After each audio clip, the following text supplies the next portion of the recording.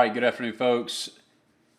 Today is Tuesday, March 3rd, 2020. Hope your March is getting off to a good start. Apologize for the delay in the latest update. I know from our last video update, I told you I would be a little bit more consistent, trying to provide weekly updates on the current happenings with the 3S code and how we're trading it, what's working, what's not. And from the last video I sent, I believe it was a couple weeks ago now, I received a lot of tremendous feedback. So I do want to thank everybody for taking their time out and sending back replies to the emails, also commenting on YouTube, things like that, on things that are working for them, as well as what they would like to see. And I couldn't think of really a better time to kind of highlight the 3S code in action, considering what is going on with the current volatility, current state of the market. So obviously, unless you have literally been in a cave, the market has been extremely volatile, extremes we haven't seen since 2008, since the 2008 financial crisis, or perhaps even ever. So it's pretty wicked, to say the least, but that means that there are also some good opportunities. It's a double-edged sword. Can also be very dangerous, but this does create some opportunities. So with that being said, we're fairly light on the portfolio right now, just watching and waiting patiently. There's going to be some great buying opportunities, we think, in a lot of markets, especially in the commodity complex. So our members will receive updates on those. As far as the 3S code goes, let's take a look and see how it is withstanding this current volatility. So the indices are fairly dangerous right now, whether you're trading the S&P, NASDAQ, Dow, Russell, but it does provide a chance to catch some really nice swings if you catch them at good levels, or perhaps using a tool such as the 3S code, and you can do so at a fraction of the risk by using the micro contract.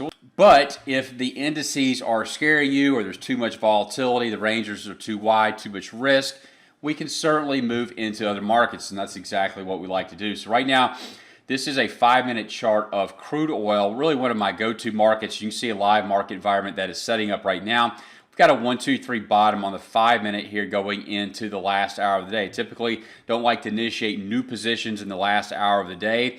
We also are coming up here into this 200-day moving average. So be a trade that I pass on. I'll go back and see how it does this evening, but I will pass on that trade just as I would have passed on this trade, because we're trading right into the 200-day average. Now, this is a long setup I would have taken.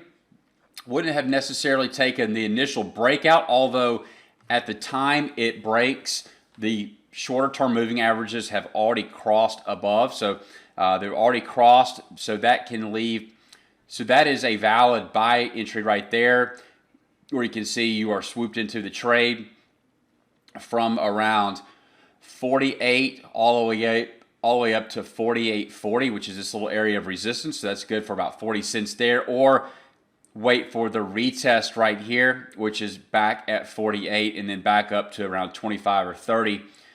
And basically went up to a little over 50% of the profit objective. So you would have managed your risk. Other good trade, good solid trade that met its 100% profit objective today on the 5-minute. Here is this short setup at 6 a.m. So we had a short here as the averages had already crossed, or we wait for the loop back down, triggering us in here around 48.20 with a move down to about 47.80, 40.75. So that's a good trade. Now, what I would also encourage you to look at, you can drill down to the 1 minute or perhaps even the 233 tick. Some really nice, smooth, clean trades and trends on these 233 tick charts. So here, I'm not going to call out every single one, but you can see them in action. So there's a short. There was a short into 200-day moving average, which I would have avoided. Here's a good setup here. Now, we do have the 200-day lurking up here around 50% of the profit objective. We trade up and then back down and then hook back through. We retest at this area of resistance that we would have thought it would have done. We come back and retest the breakout level, hinting or indicating that we do want to go higher. The averages stay above each other. So that is a good long trade up from 46.75 up to about 47.05. We continue forward here and look for some other possible setups. Here is a potential long trade. We just peak out above the number 2. We come back down and hook back up through. Averages have crossed. Good for a long from 46.85 up to 47.02. So another 15-20 cent trade here. We get no close there above the number 2. Coming into pre-lunch, that's a trade I would not have taken. The averages have not crossed. It's a fairly small setup there. Here's a trade, short trade around 11 a.m. You can see we were crossing here, broke basically at the same time, came back up, and then hooked back down. That would have been our area or entry to get in short from 47.65 down to about 47.55, or double nickel for about 10 cents. Averages are far apart here. Averages are far apart here. We do come down, get a couple of retests. That's a little subjective. I would not have taken that one. Here is another potential short here where we had broken down, came back up, hooked back down through the 200-day. That's a good trade right there. Here is a potential long trade right here. Averages had crossed early. That's a good sign that we're going higher. Look at the lower lows here. Much higher highs on the RSI, creating that extreme divergence here. Long setup here from around 47.05, 47.10. Up to 47.30, so about another 20 cents or $200 per contract. This is just off of a 233 tick chart. So you can see the different setups here, and haven't even really gotten back to the cash open.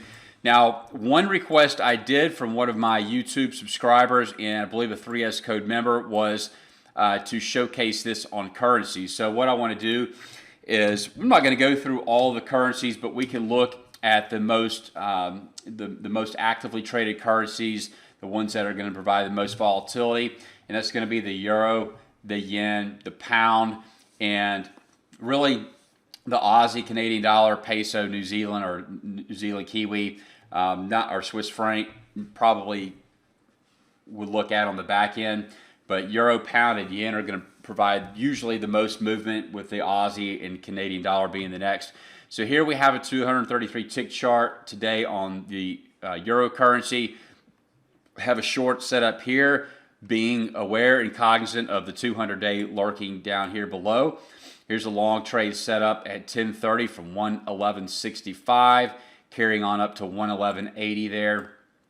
Let's move forward, or move backwards rather, and here we have a trade around 9:30. Traded down below, came back up, hooked back down. 112.07 was the short entry down to 111.94. And then let's see if we have any more setups. So we had, wouldn't have taken that setup. Averages are spread apart. Here's a setup around, looks like 7:50 a.m.-ish. We have 200 moving day average resistance, as we can clearly see right at the number 2 breakout level. It's smart to allow the price action to break out, come back and retest, which we did at 111.25, kind of hugged it there for a little bit. Finally shot up here, got our profits at 111.42, and then it continued to trade higher all the way up to 111.97. So good trades there on the euro. Let's take a look at the yen, and we'll just start from where we're at. Let's go to the 6J. 6J, again, on a 233 tick chart. And the reason, if you're using the higher time frames, whether it's daily, hourly, 4-hour, or even the 15 or even the 5-minute, this volatility, your risk is going to be a lot greater, but also your potential reward. So I like to dial it down here. You're going to see a little bit, the moves are going to get you in a little quicker, maybe out a little faster, and the risk is going to be a little bit smaller. It's all about controlling your risk management, your risk size too. So let's take a look at the Japanese yen. 233 tick chart. In all these examples that I'm showing here, whether it's the euro, yen, pound, Aussie, Canada, you can do with micro contracts. It should be the M6 contracts, depending on what platform you're using.